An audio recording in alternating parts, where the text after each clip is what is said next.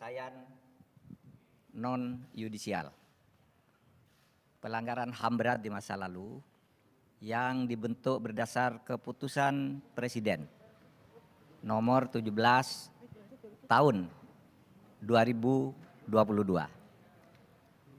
Sudah menyelesaikan tugas dan hari ini menyampaikan laporan kepada Bapak Presiden. Tadi dalam waktu kira-kira 1 jam kami menyampaikan materinya secara utuh yang pada pokoknya diskusi publik dan masalah-masalah yuridis serta masalah politik yang menyertai perdebatan mengenai penyelesaian pelanggaran HAM berat masa lalu sudah berlangsung lebih dari 23 tahun. Penyelesaian secara yuridis sudah kita usahakan, hasilnya seperti kita tahu semuanya untuk 4 kasus yang sudah dibawa ke Mahkamah Agung semuanya bebas karena memang bukti-buktinya secara hukum acara tidak cukup.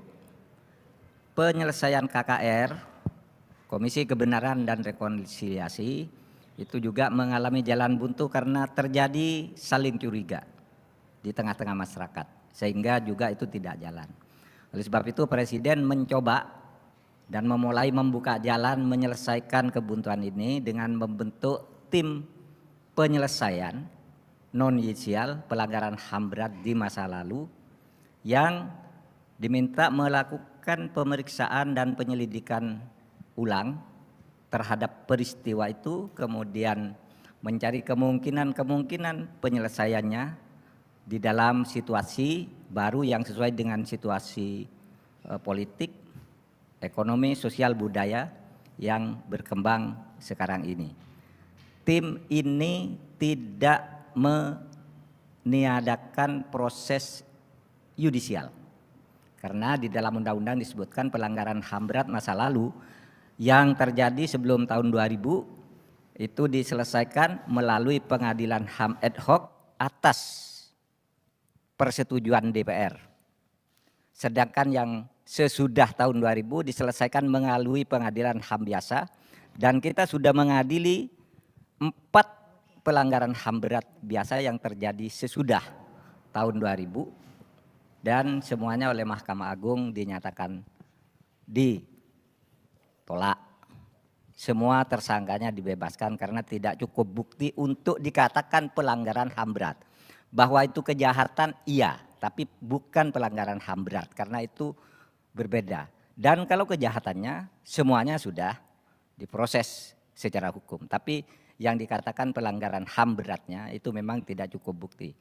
Tapi oleh karena menurut pasal 46 Undang-Undang nomor 26 tahun 2000 pelanggaran HAM berat itu harus diusahakan diproses ke yudisial, ke pengadilan tanpa ada daluarsa, maka kami akan terus usahakan itu dan persilakan Komnas HAM bersama DPR dan kita semua mencari jalan untuk itu.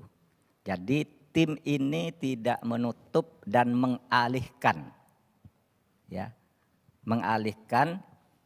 penyelesaian yudisial menjadi penyelesaian non-yudisial. Bukan, yang yudisial silakan jalan.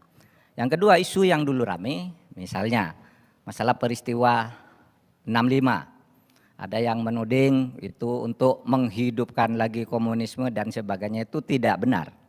Karena berdasar hasil tim ini, justru yang harus disantuni bukan hanya korban-korban dari pihak PKI, tetapi juga direkomendasikan korban kejahatan yang muncul di saat itu termasuk para ulama dan keturunannya. Tidak benar juga ini misalnya mau memberi angin kepada lawan Islam karena dukun santet di Banyuwangi itu yang akan diselesaikan dan disantuni oleh atas rekomendasi tim PPH ini semuanya ulama. Di Aceh itu semuanya Islam. Kenapa harus dikatakan bahwa ini untuk mendiskreditkan Islam untuk memberi angin kepada PKI? Itu sama sekali tidak benar karena soal PKI itu sudah ada TAP MPR-nya. Kami sudah sampaikan itu semua tadi kepada Bapak Presiden, rekomendasi sosial, politik, ekonomi termasuk pendidikan HAM kepada keluarga besar TNI dan ABRI juga sudah dan Polri juga sudah disampaikan. Nah, untuk ini kami ingin menyampaikan laporan resmi ini kepada Bapak Presiden, yang nanti untuk selanjutnya Bapak Presiden akan memberikan pernyataan terbuka kepada kita semua. Terima kasih. Assalamualaikum warahmatullahi wabarakatuh. Bapak Presiden, ini naskah yang tadi kita diskusikan. Mau dibuka?